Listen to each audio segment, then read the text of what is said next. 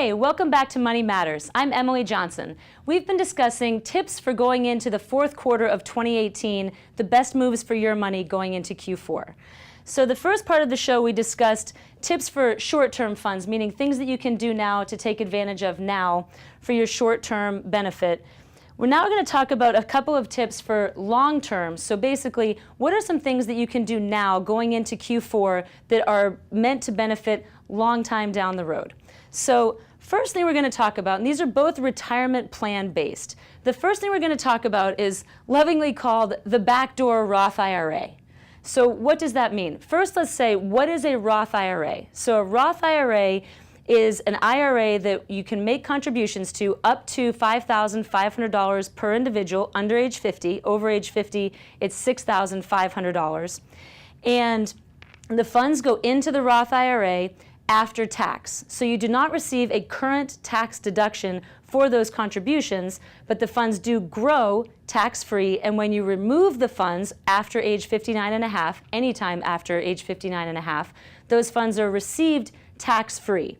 So if you have a 401k and you have other taxable funds, a Roth is an awesome addition to those funds because it allows you to sort of tax diversify your future income. If you have to pay taxes on your taxable funds and you have to pay taxes on funds coming out of a traditional IRA and a 401k, and you also have a Roth, those funds you can receive and remove from the Roth IRA without paying tax. So if you think you're going to be in a higher tax bracket, or if you have a sizable amount of savings in a 401k, it might be worth looking at investing in a Roth IRA.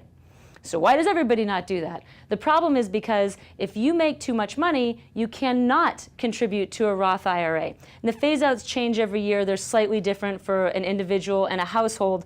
But if you make a sizable income, it is unlikely that you'll be able to contribute to a Roth IRA. So does that mean you're just supposed to put everything in a traditional IRA or a 401k or keep it in a cash or CD? The answer to that is no. That's where the Backdoor Roth IRA comes in. So the way that this works is you make too much money to contribute to a Roth IRA.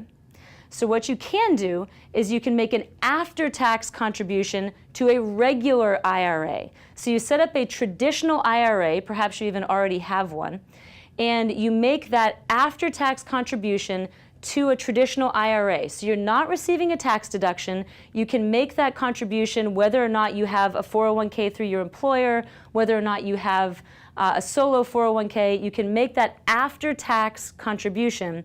And then immediately after making that contribution, you then roll that into a Roth IRA. So you're taking advantage of the fact that the IRS does allow you to make after-tax contributions to a traditional IRA regardless of your income, but they also allow rollovers to a Roth IRA, but they do not allow direct contributions to a Roth IRA if you make too much money.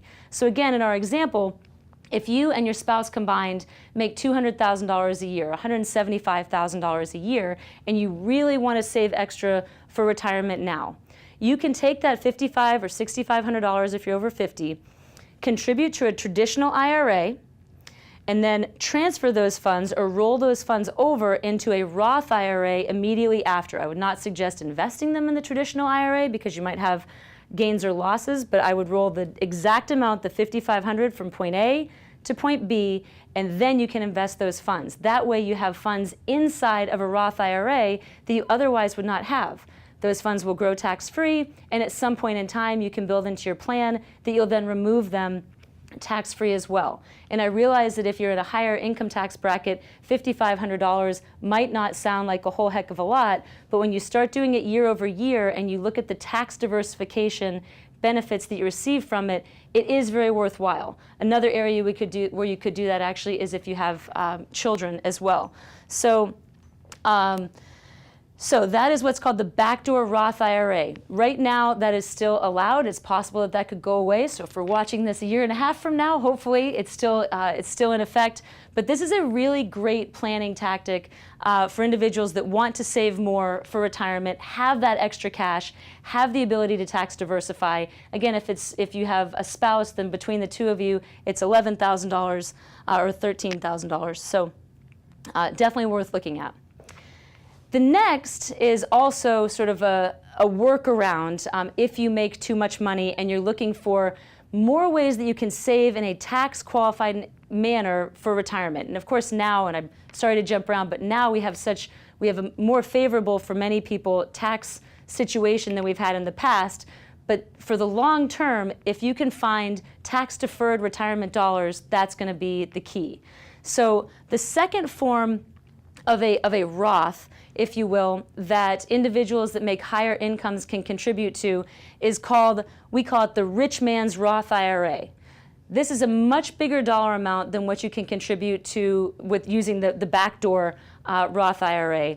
It's not really using a Roth IRA, we're creating something similar to that. So what this involves is cash value life insurance.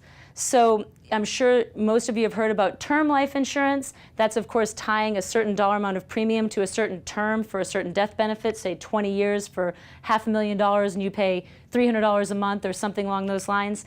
Cash value life insurance is also called permanent life insurance. You've probably heard it called whole life insurance. There's also variable, universal. These are all forms of cash value life insurance. And what that means is you generate a cash value. So instead of just having a death benefit that would pay out to your family or your lender, you actually have a cash value that's developing inside that insurance wrapper as well. So let's say, for example, I have a $1 million life insurance policy that I contribute $2,000 a month in premium to. Of that $2,000 a month that I contribute, a certain amount of that, of course, is going to pay that future death benefit. But a certain amount of it is also going to, with a cash value policy, is also going to accumulate cash value.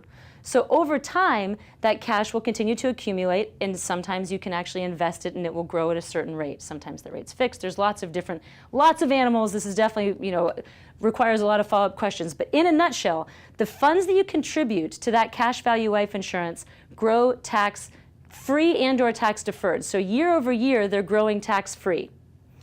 Once you've accumulated a certain cash value inside that policy, you can start removing the cash from that bucket, if you will, and those funds, if they're taken in the form of a loan, are not taxed. So here, you could contribute over and above what your premium is. So in my example, my premium was, I believe I said $2,000 a month. So if I wanted at the end of the year, I could contribute an amount over and above what my premium is, and a certain percentage of that would remain in the cash value, and it would grow tax-deferred year over year. Now again, it depends on the type of policy. There's a lot of questions. But if you're in a situation where, number one, you need life insurance anyway, and let's say you have a term policy already, so you need life insurance anyway, perhaps you want permanent life insurance for whatever reason, for your family, for your estate reasons, there's lots of reasons. And you also are looking for a tax-deferred or tax-free way to save additional funds, this is a fantastic way to do it. And there's lots of different options, so you can have many illustrations run for you. My suggestion would be to look first at what your insurance needs are, and then secondarily to look at, and again, this is for higher income tax brackets, but secondarily to look at what do I want to contribute over and above towards my long-term plan, and is that possible inside this policy? So this is a way that you can contribute well more, far more than the $5,500 a year that you would to a backdoor IRA, and you would do it using an insurance wrapper, if you will. So this again is called the rich man's Roth. If you had questions about that, you could use that. Most financial advisors would know what you're talking about there. If you have, and it requires lots of questions, so definitely sit down and make sure that something like this would be right for your scenario. Sometimes these things sound so fantastic, but it might not be that it fits well for your particular situation when it comes to cash flow, your family's needs, estate planning needs, etc. So make sure that you ask a lot of questions, but there's lots of options out there for tax diversification and for tax-favored savings. And this is just something that I think is worth looking at going into Q4 if you find yourself in a situation where you're looking for that extra long-term savings. Thank you very much for joining us today.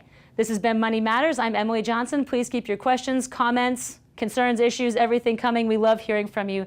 Until next week, have a wonderful one. This is Emily Johnson.